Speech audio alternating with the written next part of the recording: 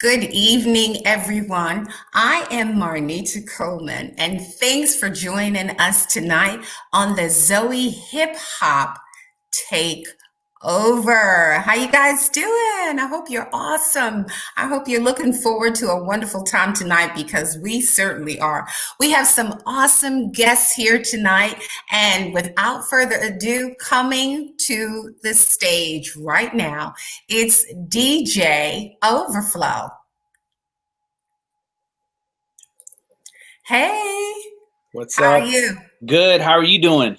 I'm good. I'm good. Thank you so much for joining us. Now, you guys, DJ Overflow is a DJ, clearly. He's a producer, he's an artist, and he's an actor. Man, I saw you in that Slabs video Oh with yeah. Will for Real, and I'm like, this dude got all kind of talent. That Yeah, I is know so that cool. was a fun project to be a part of. We were filming slabs, Mhm. and the directors wanted to put more of me in the music video, and Yeah. I was like, hey man, I love to be in front of this video. I love to act and do what I do. I said, but I'm not Puff Daddy, okay? So let's put the artist in front and let the artist shine and do what he does. So Okay, but look at that. I mean, you have talent, you know. Obviously, you have talent. Okay, well, you know what, family? We have some other folks in the backstage. Coming up next is we're inviting Mr. JayEss. Well, he's not really Mr. JayEss, but we have JayEss. Now, JayEss is a Mobo, Stellars, and a Dove Awards nominee. But guess what? He won Best International Artist at the Gospel Music Awards in Italy. How you doing, man? Are you on mute? I can't hear you. You hear me now? Okay, I can hear you now. You Yeah. look rested. We're so Mm-hmm. excited to see you. Yeah, I'm doing well. How are you? Okay, I'm good. You've got a newborn baby at home, and I know, those moments of rest are few and far between. I remember those days. Yes, indeed. How's the beautiful baby? Oh, she's doing wonderful. And how's the missus? Oh, she's doing great. She's doing great. Thank Awesome. you. You're welcome. You know, I love Olivia, my little baby Olivia. So, next family coming to the stage is Trey Nine. Trey Nine. What's Now, up, everybody? Hello, world. hey, hey there. Now, he's a rapper with about 25 years in the game, okay? You started rapping when it wasn't acceptable in churches and in mainstream.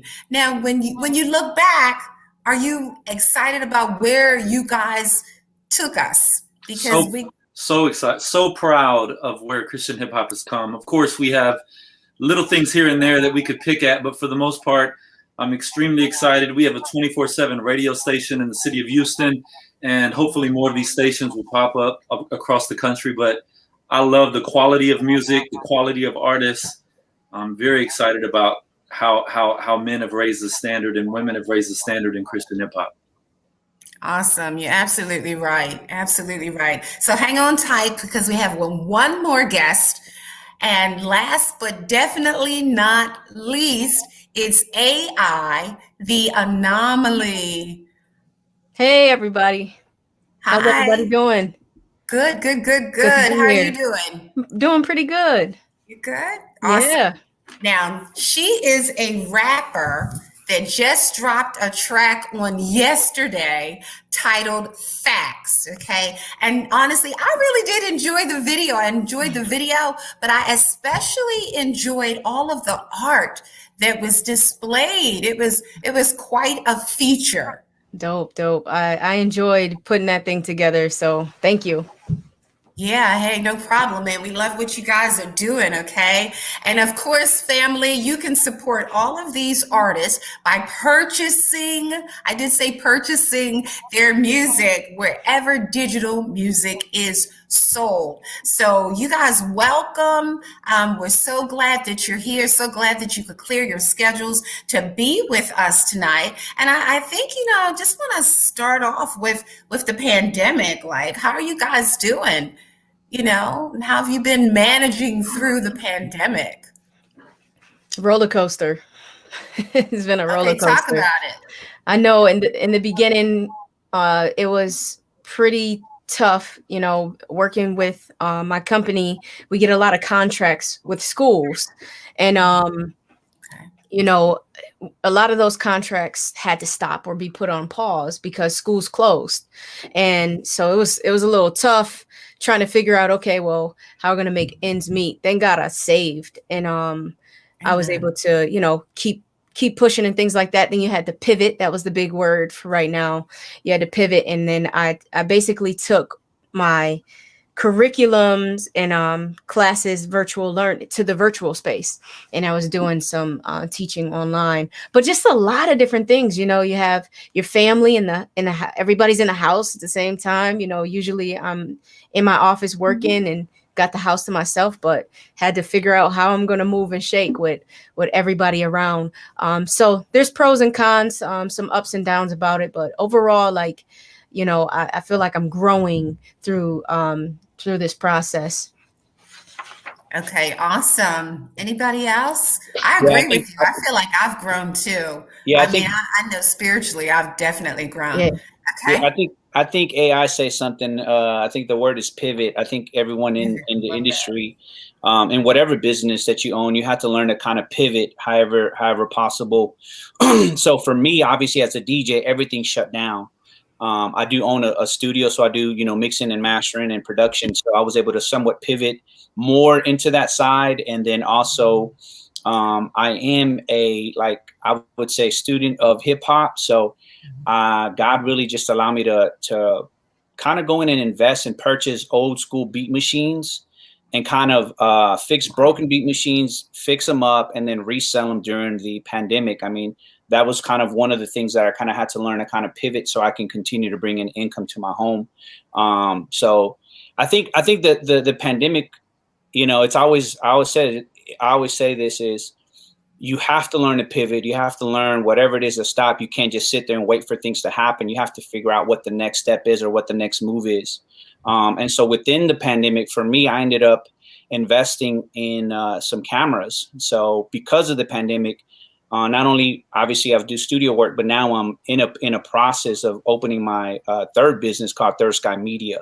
So I think, you know, because of the pandemic, it allowed me to kind of pivot and look at other things that I wasn't necessarily focused on.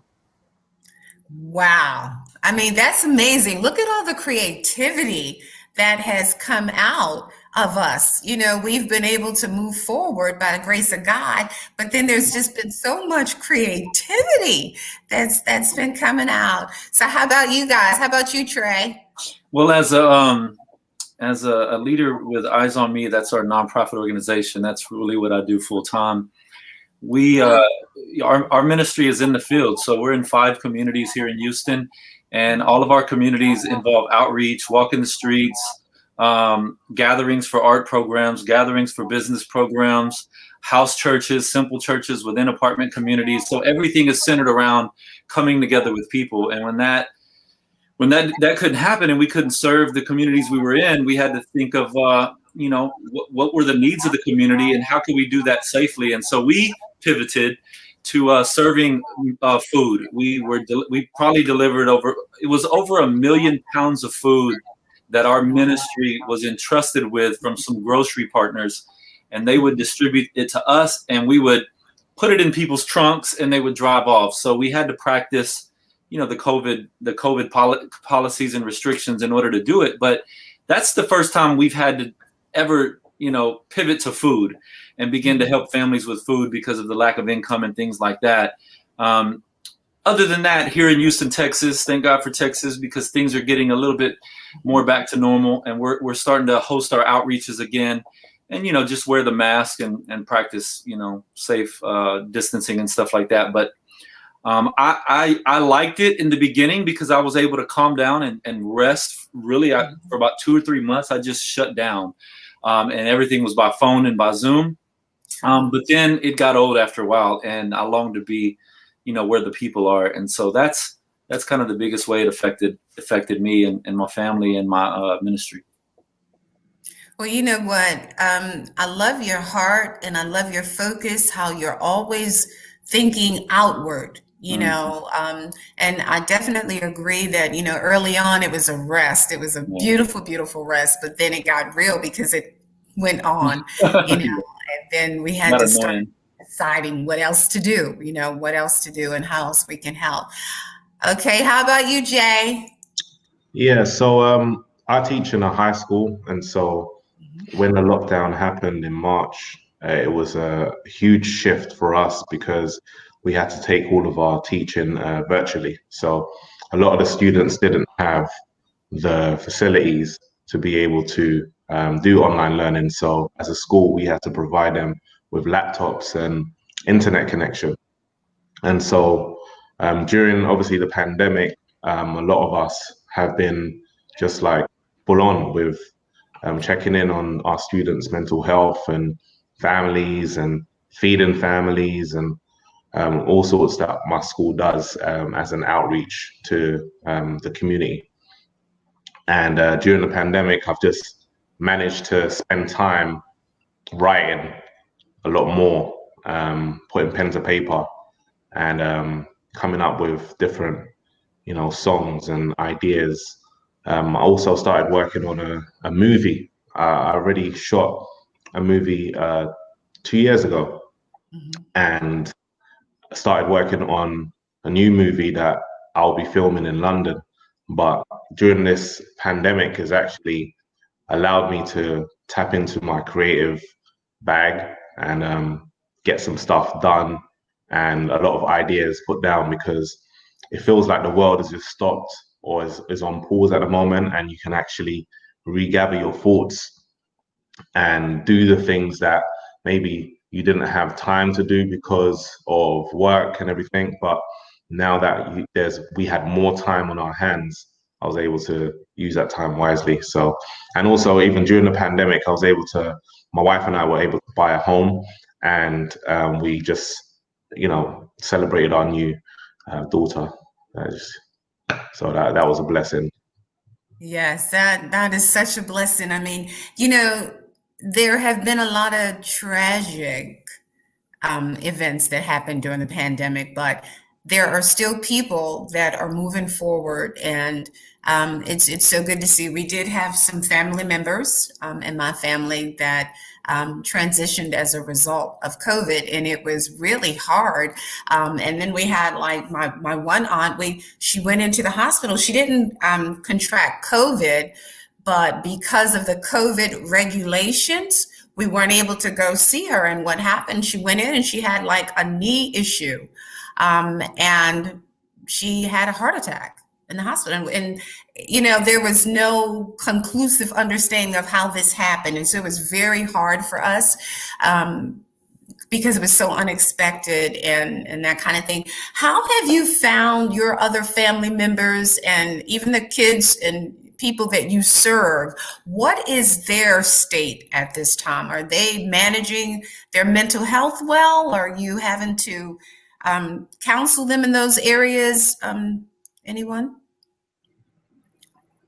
Yeah, I mean, the communities that we serve, I mean, one of the things that happen, I believe in the absence of, when there's an absence of light, darkness prevails. And once again, we stay in the streets of the communities we're in. And when we went into lockdown, when we came back, which was probably 2-3 months ago, there was new gangs, there was more violence. Wow. There was, and so evil increases where light decreases. And obviously we're picking up the pieces and beginning to serve and love on the community and profess Christ through our hip hop hope outreaches and stuff like that. And so it got pretty violent. It was depressing. The good thing is I didn't hear of a bunch of suicides or anything like that. I think people were more uncertain about where they were going to get income from, where they were going to get food from. And so that's kind of the state of the people where we are. I wish I could say that everybody went into lockdown, but if you go out there today, you know, at first people wouldn't wear their masks and stuff, and you know, kids are running around. You know, they aren't thinking about that. Most people, they're in survival mode, so they're not thinking about, oh, I got to put on this mask before I go to, this outreach. I mean, we do the best we can with what we got. We encourage people to be safe. At the end of the day, people don't want to do what they, every day feel like is a hindrance or an annoyance to them to have to put on a mask or stay 6 feet away. We're going to serve the body. We're going to serve the community. We're not going to just say, well, if everybody's not safe, then we just got to go back into hiding and retreat. At the end of the day, Christians walked into pandemics all the time. They were the ones that went where diseases broke out in other countries, and it was Christians that were the ones to go in and tend to those people. And so we've got to go, where the fire is, and we've got to put out those fires, and we've got to love people. And our commission doesn't stop because of a pandemic. And people certainly aren't going to stop getting depressed, worried, full of anxiety, violent, if Christians go away. Right. I just love your ministry. This is so good. This is exactly what I was hoping for tonight, to be able to share what is really happening out, like you said, in the streets. I know you guys have Disciple in the Streets. Mm-hmm. And so it's good to hear your heart, and that you're not just one gear, just music, because I was digging your music. I was like, I sent it to JayEss. I was like, listen, this is Trey. I said, listen to Trey's music. Like, are you serious? I can be such a fan because, I didn't always like rap. I was kind of leery. I was one of those church people like, can this be of God? And then I met the Gospel Gangsters. Wow. And I actually toured with them and did some marketing and promotions for them. Wow. And I was so glad God saved them boys. Yeah. Because I believe they were Crips. I was so glad God saved them, because I'm pretty sure that they had a presence in the street, and it wasn't light. But their music was just, at that time that they came on the scene, I thought their music was just very cutting edge. It was filled with a lot of beats, and, they had the background singers and the deaf lyrics, and I mean, it was funky, but it was rap, but the lyrics were just so clear and understandable, because I think that was one of the fears of the church. We can't understand what they're saying. What are they saying? What does this all mean? But they came out and they just kind of broke, well, I'm not going to say they broke the barriers, because they didn't, because Toby Mac was out there. So there were other people that came out and really pioneered the hip hop culture for the ones that came behind. And since we're talking hip hop, let's talk hip hop. Now, we met these. Oh, Tracy, can we pull up our photo from the radio station? We have because I want to show people, it's been years ago since we've been in Houston, and this is us at Engine Radio.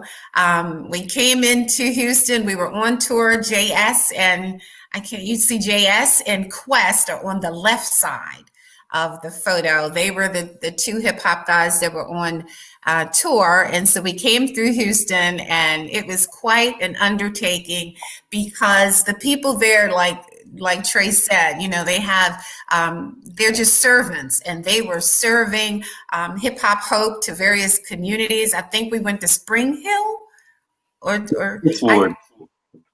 Say it again. Fifth Ward. Okay, Fifth Ward. Spring Branch. But we went to different locations. I think it was Spring Branch. Yeah, I went to Spring Branch too. Yeah. Okay. Spring Branch. Okay, but that was KPFT 90.1 FM. That radio station, Engine wasn't even thought of at that time. That particular station was 90.1 KPFT. It was a show that DJ Overflow and myself had hosted on, what was it, Tuesday night? What night was it? Wednesday nights. Wednesday nights. And 11 to midnight. Late night. It was a blessing to have you guys. Yeah. Yeah. Oh, it was a blessing to be there. And it was late night, I remember. And I just got the call letters and stuff mixed up. But it was a fun time. And everyone that was on that with us that night, they were just warm people, real people, people who were committed to serving the communities and that kind of thing. Now, Trey, when you started out, as you stated, that the music at that time that you started was not well received at the church level or mainstream.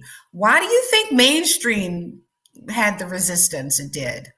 Because the music was clean, positive. The music had spiritual emphasis and obviously raised up a standard against what they were talking about, because the world was promoting drugs, violence, sex, pride, selfishness, all the things that come with what you hear in secular rap today. And Christianity is over here saying, no, we glorify God. We don't glorify gold. We respect our women. We love women. They're beautiful. They're queens. And so you're raising up a whole new standard against the world's standard of music. And that can be, that could pose a threat. Not only that, secular music used to be birthed in the club. And so you wouldn't be playing a cross movement or a gospel gangster song in a club, certainly where they're not promoting drinking and partying and losing your mind or doing drugs. So that's why they weren't too embracing of Christian hip hop. And on the other hand, the church, like you said, you were like, wait a minute, is this of God? What are they saying? Because all you knew was secular hip hop. And so when you hear hip hop is coming in the church, of course, our elders were like, no, wait a minute, that's the devil. And so we had to get over that hurdle and make sure your lyrics were articulated well and make sure your theology was on point, which is why Christian hip hop was so theologically in a box early on, because we were so careful to get the church to embrace us that we didn't want to kick the church off anymore. We wanted them to let us in their youth groups and let us in their churches. And so you look at the evolution of Christian hip hop. Today, you might not even hear anything about Jesus in some of it, but we would say, okay, these are Christians doing hip hop. It's good, it's something good for the kids. We're gonna embrace that, but there's a lot of controversy that still exists over the content. That's so true. JayEss, you were trying to say?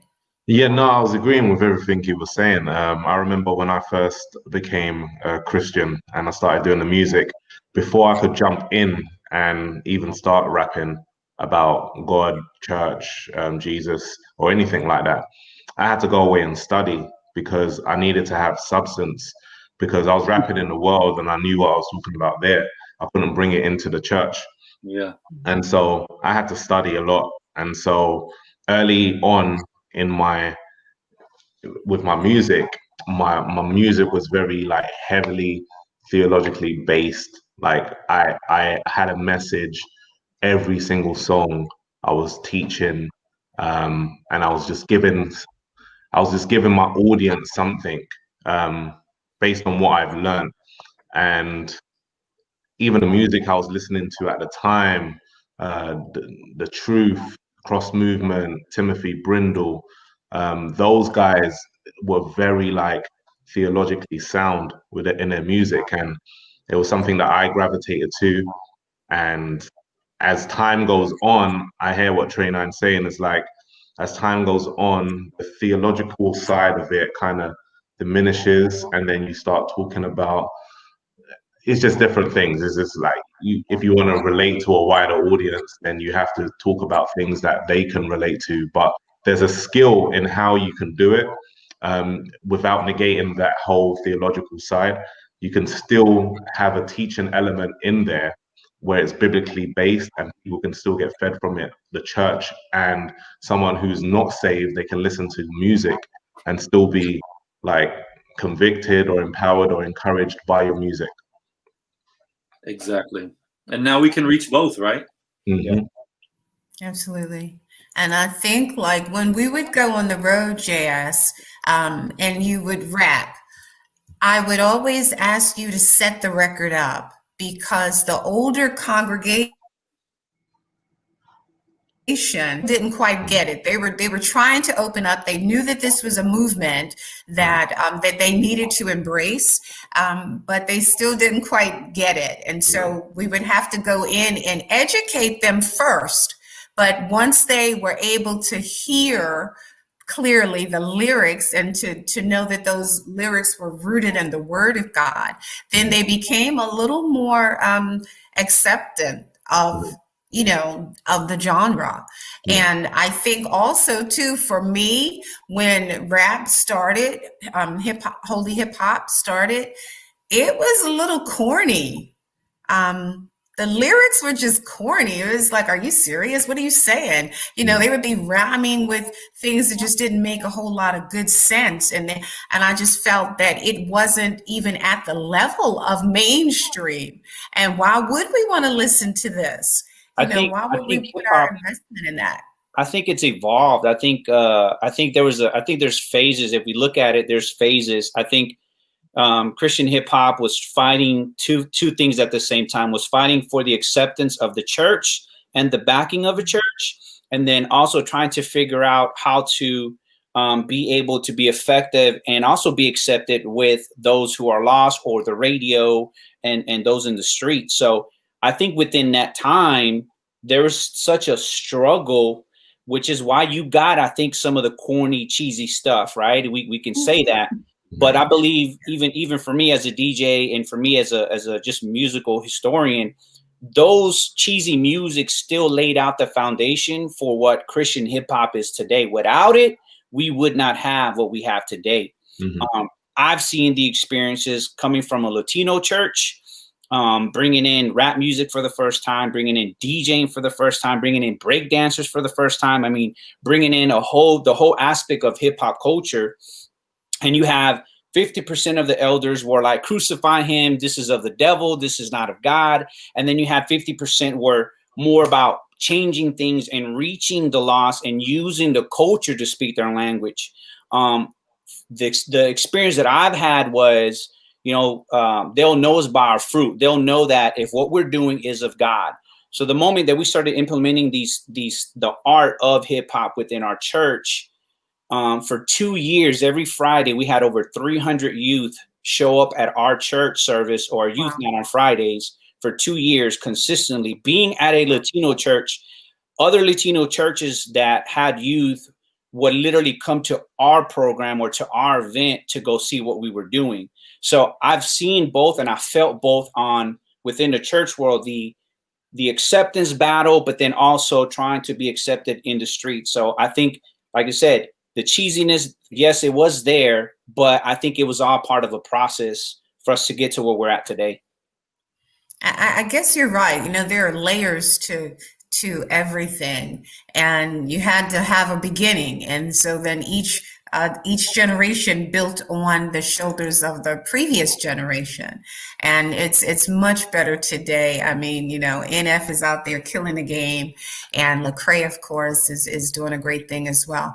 What has been your proudest moment in Christian hip hop? You know, just to see the whole community going forward. What has been the thing that you said, wow, look at this, look at where we are? I'd like to hear from AI. Okay. And I'm sitting here thinking like, What is the proudest moment that I've experienced and seen in Christian hip hop? Well, what is your proudest moment that you experienced, or that you know that the whole culture and genre has experienced? I could throw one out there while she's thinking about it. Just when Lecrae won a Grammy, that was pretty big for Christian hip hop. I would even say when Engine Radio set up shop and started the first, well, I think they were the second. I think there's a station in Kansas City, but this station here is 24/7 hip hop with a 100,000 watt radio station that reaches really wide around Houston and surrounding cities. And that's pretty groundbreaking to have a radio station that's 24/7 that has that kind of power and can stay alive. Those are two incidents I could think of.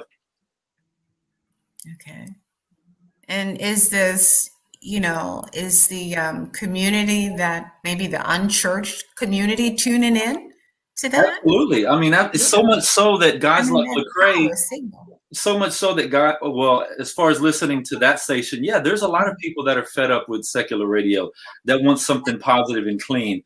There's parents who want to ride in the car and listen to hip hop, but they don't want to put the kind of hip hop that's on, the secular radio stations here. So that's a compromise for them. They can put it on Engine Radio and get good, solid, quality Christian hip hop or hip hop positive hip hop as they promote it, and not have to, you know, allow their kids to hear about sex and, you know, cursing and drugs and popping mollies and all that. And so it is a blessing for parents and families that there's a family radio show with hip hop music playing that you don't have to, you know, filter. Mm-hmm. I guess I'll piggyback off of what you're saying. It's not necessarily a moment, but I think the overall experience and the how I've seen growth and development, you know, of Christian hip hop from when I was first introduced to it till now. You know, when I was first introduced to Christian hip hop, I was in the beginnings of my all in journey for Christ, right? Like I had made a conscious decision to serve my life to Christ, and I was coming out of some real crazy circumstances, really dark time in my life, and terrible decisions I was making for myself.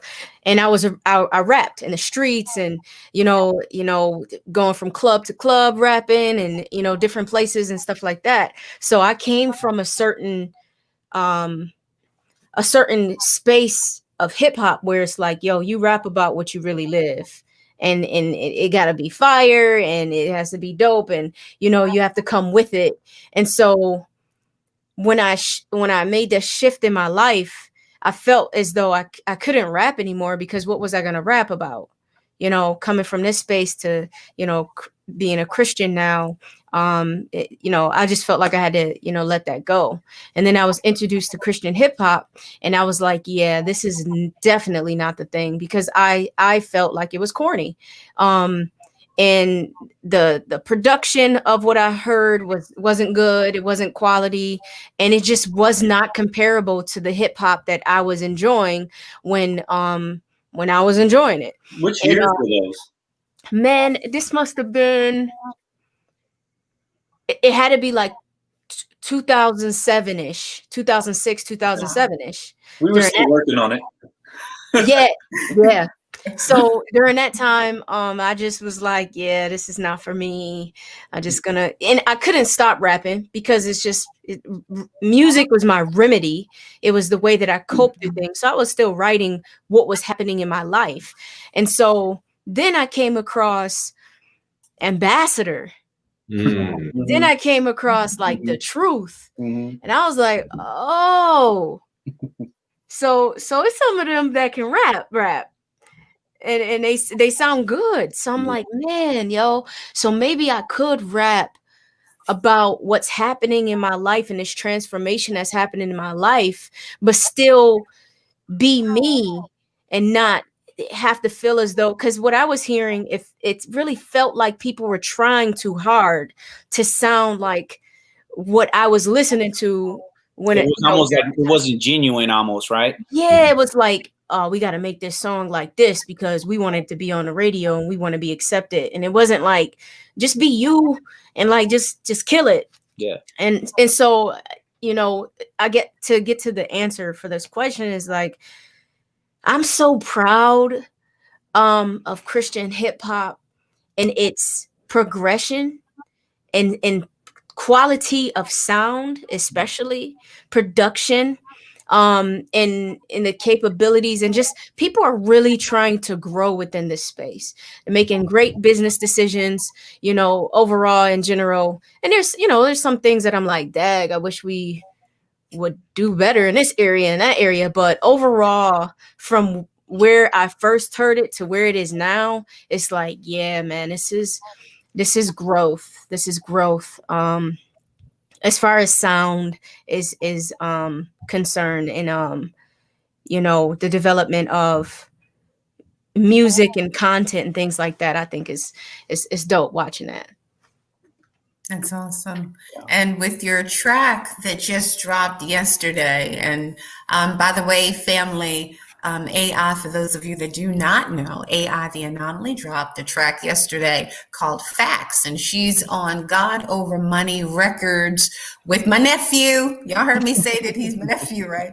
Okay, which is her label mate, Bizzle and Dayton. And how's that working for you? Are you being mentored by them as I'm well? enjoying. Because you're the first woman on the label. So how do you foresee that, the future for other female rappers, and how's that working for you, that whole relationship? And Yeah, being part of God Over Money is dope to me. Because I remember looking at, first of all, I was introduced to Bizzle earlier on, and we all, many people over in Buffalo who follow Christian hip hop were just in awe with his ability to be fire as far as his lyrical ability, but his unapologetic kind of way of like, yo, I'm a Christian, and it is what it is. Like, love it or not, however you feel, you feel. But he was still him too, and you could still feel that vibe of like, okay, you could be, you know what I mean? You could be you and be in a space, but still like be Christian. You didn't have to like compromise or whatever. But anyway, we were introduced, and we had high respect for him. We were able to watch the whole movement with God Over Money. It was beautiful. And then seeing the different signing happen with like Selah and Dayton, Jared, and Bumps, and different ones on. Did I leave anybody out? I better not leave no one out. I think that's everybody, right? But just watching them and then developing relationships. So here in Buffalo, we had this event that we did called ICU, and it was a Christian hip hop show where we would bring different artists in, and each one of them, I believe, were part of that process, and we were able to develop relationships with them. And honestly, I was just creating music because I love it. Wasn't really looking to like, get signed or anything. Didn't really even look at it as, oh, this is a business, or, oh, I can do this as a career. It's just strictly like, yo, I love to rap. I'm probably not going to stop doing that. So I'm gonna just keep doing this. And I think as time went on and the relationships I developed with like Selah, especially, and Dayton, I think over some time, because me and Biz had a conversation when he approached me about coming into the family of God Over Money, and he proposed the question. I'm like, I didn't think of it, but that's interesting. Say more. And I had like 50 million questions about like what to expect and things like that. And like I've been sitting on this movement, this label, for I think like 2 years now, and it's been great. Like, I've learned a lot, developed a lot of relationships. You talked about mentorship, and I'd say like, just they're my brothers, like, and they just really put me on game when it comes to certain stuff. I ask a lot of questions, and it's been good to learn from them because they've been doing this for a while. So just learning a lot. One of the things I think is dope is that Biz, he really respects me as an artist, and he didn't try to change who I was. You know what I'm saying? He supported who I am as an artist, and I think that's definitely dope. do you write all of your lyrics? I know that I was listening to some of your music, and the tracks are just dope. Like, the things that you're sharing just kind of hit home, and it's just so candid and real and relatable. And I know it comes out of a deep place inside of you. I'm trying to say two things here at the same time. Yeah, no problem. But I want you to tell us Mhm. what the anomaly means to you. I mean, like, who do you want us to see you as? And what statement are you making by saying that you are the anomaly. Yeah, no doubt. So you asked me 2 questions. Yeah. The first question, absolutely yes. I write all of my music. Good listener. I write everything. Yeah. As far as Anomaly is concerned, I think it comes from a space, because anomaly means deviation from the rule. Mm-hmm. And when I was trying to figure out what my brand was going to be, when I realized, oh, this is actually like something that could be a career. This is actually something that is a business. Then I started to think business minded. Like I need to develop my brand. Who do I want to be known as? How do I want to be portrayed? And so I started digging into who I was just in regular life. You know what I mean? So one, Yeah. Anomaly, deviation from the rule. When I was younger, I was placed in a foster care. Me, my sister, and my brother. Our biological mother had some issues with substance abuse, and so we were taken away.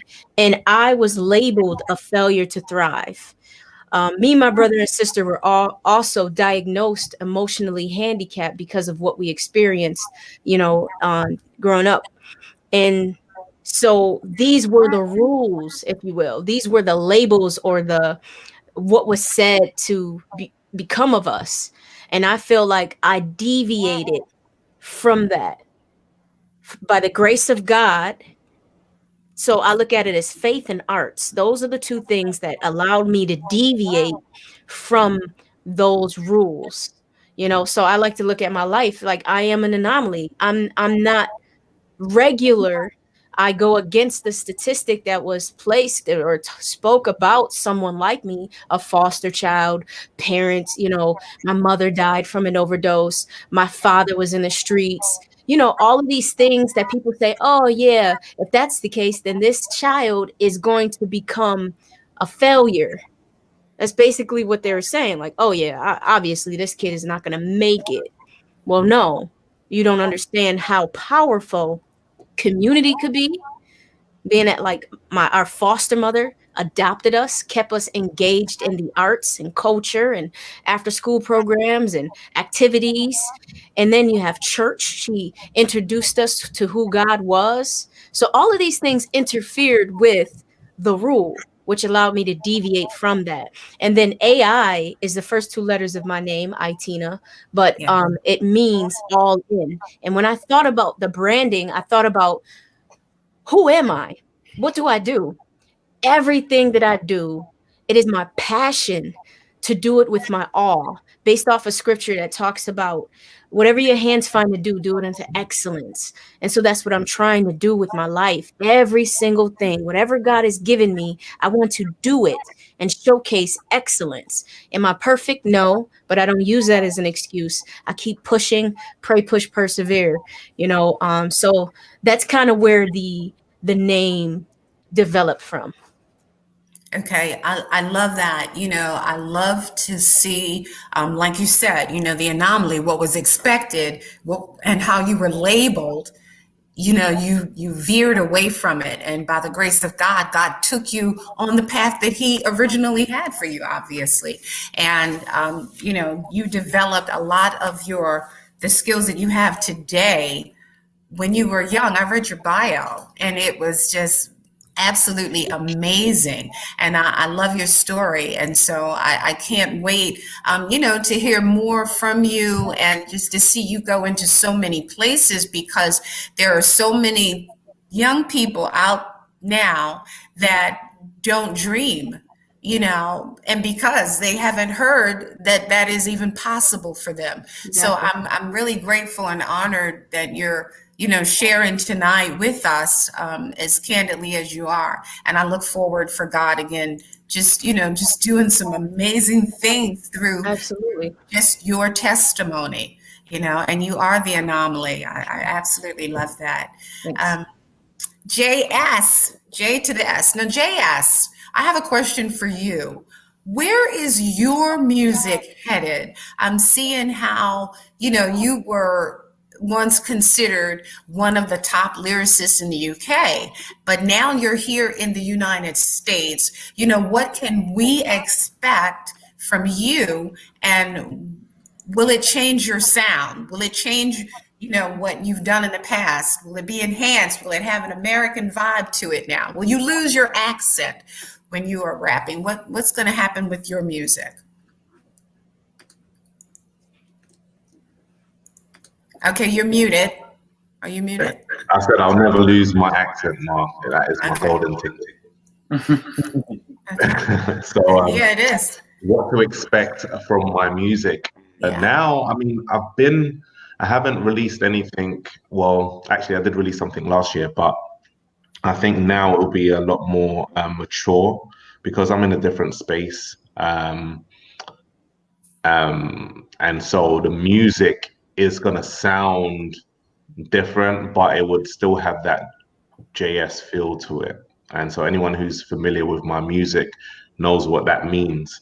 But in terms of its like sound sonically, it will be a lot more different and a lot mature because my taste in music has changed. And so that's going to be incorporated into my sound when I do release something.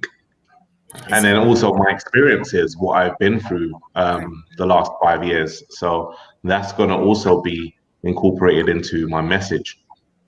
And so, yeah, definitely looking forward to releasing something and the public hearing what I have to come with. Yeah, I love the authenticity of that and how your life is really influencing and reshaping and how do we say reframing your sound. Yeah, I really love that. DJ Overflow. Now you have worked with some very impressive people. I mean, you know, some amazing people. And what I saw though was your style actually captures all generations and cultures. And you know, that's unique. I mean, that's truly a gift, and it is a unique thing that you have because not everyone can do that. Now, what are you doing that other DJs could do to broaden their appeal in that respect? You know, as a DJ, I like all genres of music. I like reggae, I like soul, I like hip hop, I like jazz, I like EDM music, dubstep, dub trap, I like trap.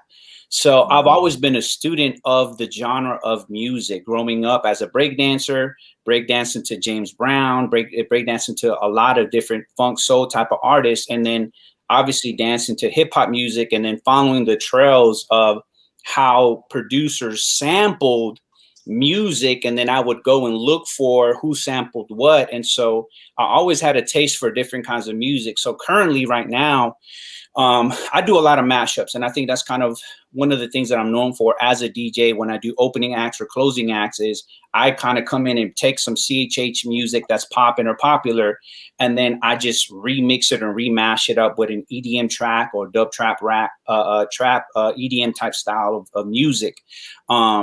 And so that's kind of where I'm at. I'm also even focused on doing production. As of like COVID, when COVID hit, I started focusing more on production. I do produce music. I've been producing music. And so that was something that I started kind of pushing forward as well. So we're working with artists like JD Hells that we recently released a single called Tell Me What You Gotta Say.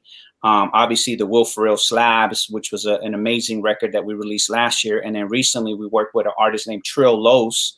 We released actually 2 projects. One's called the Words Mixtape, which is like more of a hip hop boom bap production that I produced for. And then we released La Calle, which is the streets, and it's a Spanglish album, and that has more of a Houston sound. So, you know, as far as the I'm like the DJ producer type thing.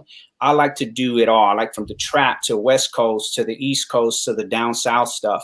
I'm a student of the game. Like to say, I study producers. I study how music is produced, from jazz music to soca to samba. So I love it all. I love it all. So I don't do. Trey Nines asked me about talking about chop and screw. I do like chop and screw. He just put something on a private chat, y'all. I do like chop and screw. And shout out to the homie DJ Overdose, by the way, from Houston. I never really ventured into chop and screw, but that is a Houston sound. I am a Houston native, and I have embraced that. But when I don't do chop and screw, but when I need some of that chop and screw, DJ Overdose is the man to go do it here in Houston. He's actually one of the biggest names in Houston, not only as a Christian, he's a Christian now, but on the secular, he was a staple here in Houston. He was a part of a group called Chopaholics, he was on the radio station, on a secular radio station, but lo and behold, God saved him, and he's on our side at this point, and still doing that now to this day. But that's kind of where I'm at right now as a DJ. It's just mashing up, and then also wanting to work with artists, and also helping artists push boundaries. I feel like sometimes artists, as a producer, I can get and sit down with an artist and say, man, I can kind of see where they could possibly go. And so I like to sit down with the artist and really work together closely to create something special. Okay, that's awesome. So I hear you saying, just stay open and then be a student of your genre and your work, and that will help them to to branch out into other genres where they can embrace, and everybody wants to broaden their appeal and enlarge their territory. And so I think that's just some good information. If you are just tuning in tonight, it's a Zoe Hip Hop Takeover. Tonight we have DJ Overflow, you just heard from Houston. We have UK rapper JayEss, who now lives in North Carolina. We have Trey Nine from Much Love Records, and AI, the Anomaly from Buffalo. And I didn't even know, well, I actually forgot that you were from Buffalo. I'm from Baltimore. So, we had this big game last week, and I said, oh my goodness, she's from Buffalo, so I love you though. Okay. I'm going to let that go. We'll have another year to, yeah, man. I mean, we were hopeful. Oh, so he put the picture in anyway. Okay. So this is us down at Hip Hop. Was that Spring Branch? Yeah, that was Spring Branch. Yeah. Okay. Yeah. And that's DJ Overflow, JayEss, and your little son. How old is he now? Yeah, my son is 12. He does not look like that anymore. He looks he's a preteen at this point.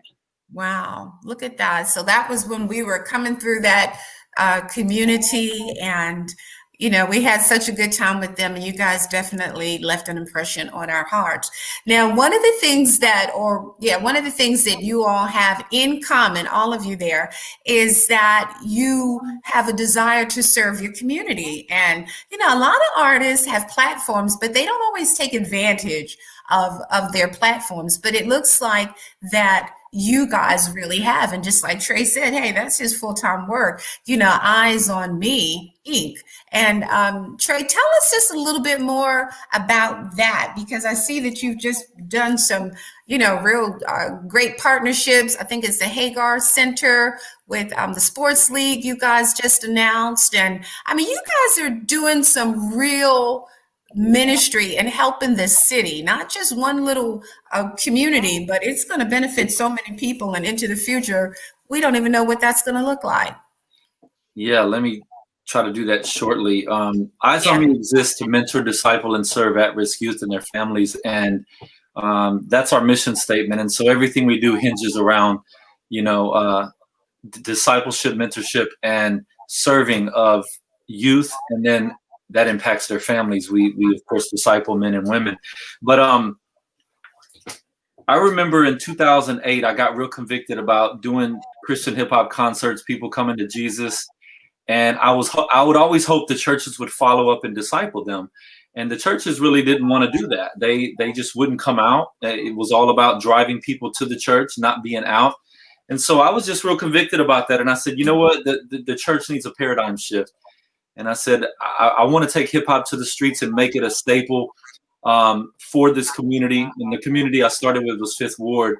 And I want people to see a new face of Christianity. And so we came up with Hip Hop Hope, which was, I would say, if you compared it to church, we would be in the community. The first place we started at was a gymnasium with a record label owner named Jay Prince, who let us use his gym.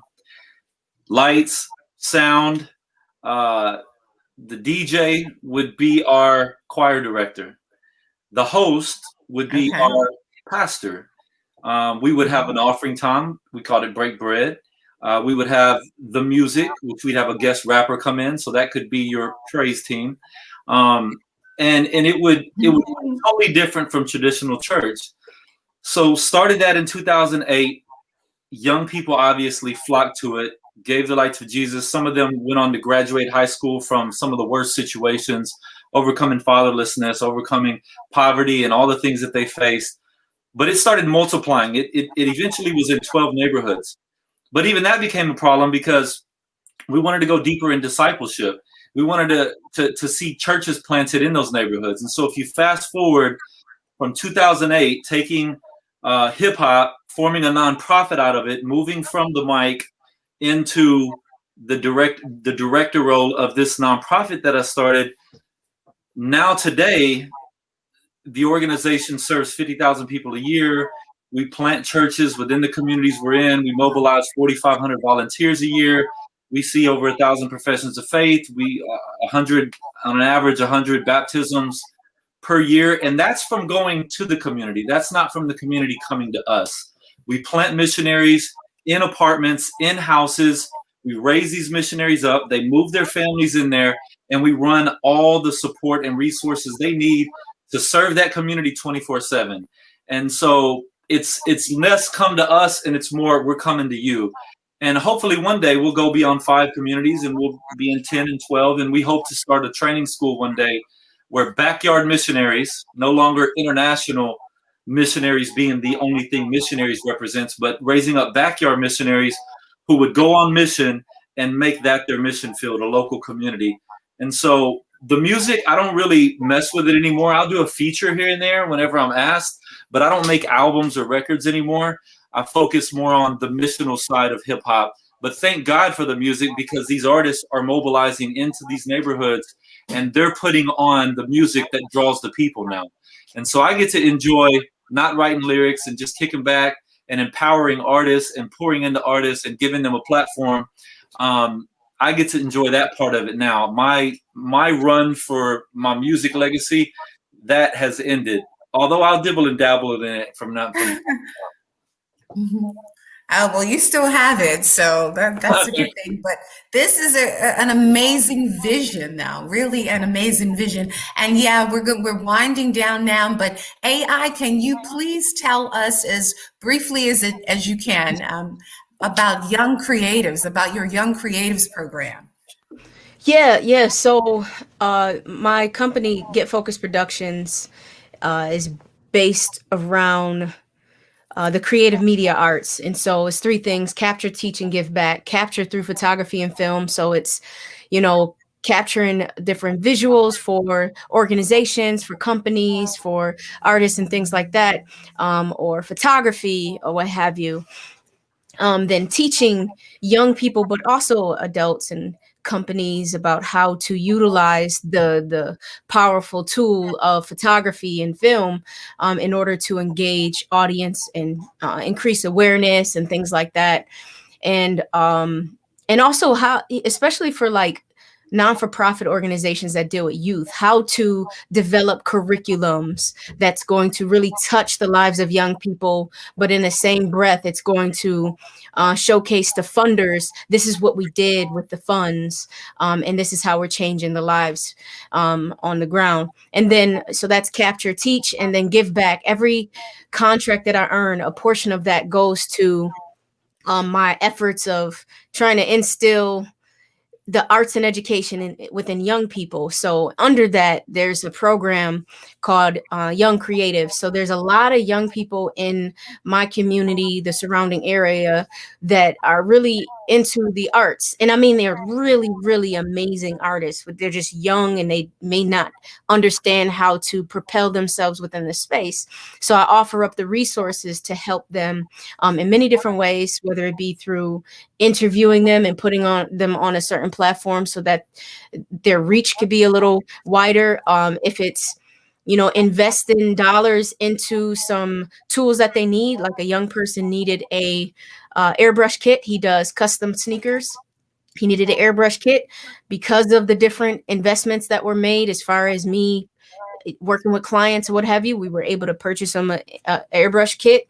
And some other young people, I know one young person needed a microphone. We got a microphone for her, and some art tools for others. And then I have a group of young people that I'm teaching them how to respond to art with art. So developing visual poems or these like creative visuals that that include poetry and video that tell a story or make a statement in their own words, so that it can be put out into the public. So that's like a near and dear project with that I do. It's my initiative, but there's a lot of other things that happen within my city and outside of that I'm part of.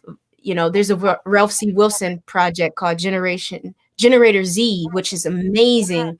They are paying 1,000 youth $1,000 to come up with after school ideas that can live within this space that we're in, this virtual space. And so I was able to work with a lot of young people in just igniting thought within them, so facilitating workshops and things like that. And now we're going to be working with some organizations that can take their ideas and take it to the next level. So just, you know, all around, like working with youth, working with organizations that work with youth, that's my passion. You know, that's what I'm doing on a daily basis. Honestly, music and my company is what fuels that passion. You know, it just constantly adds to what I can do on the ground level over in this space.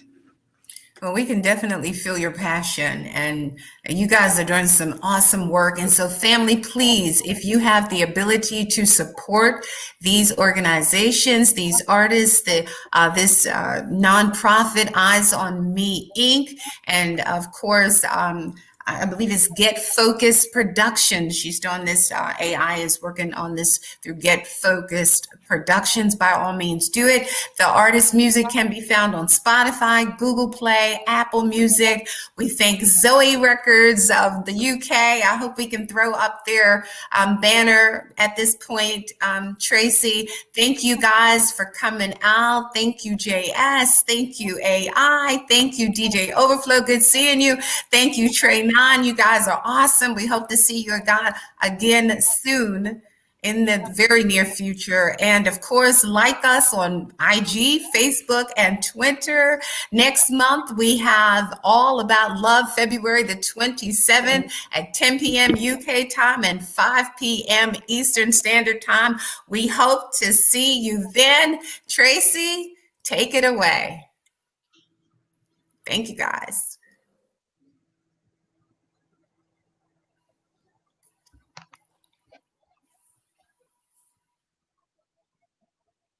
Mm-hmm.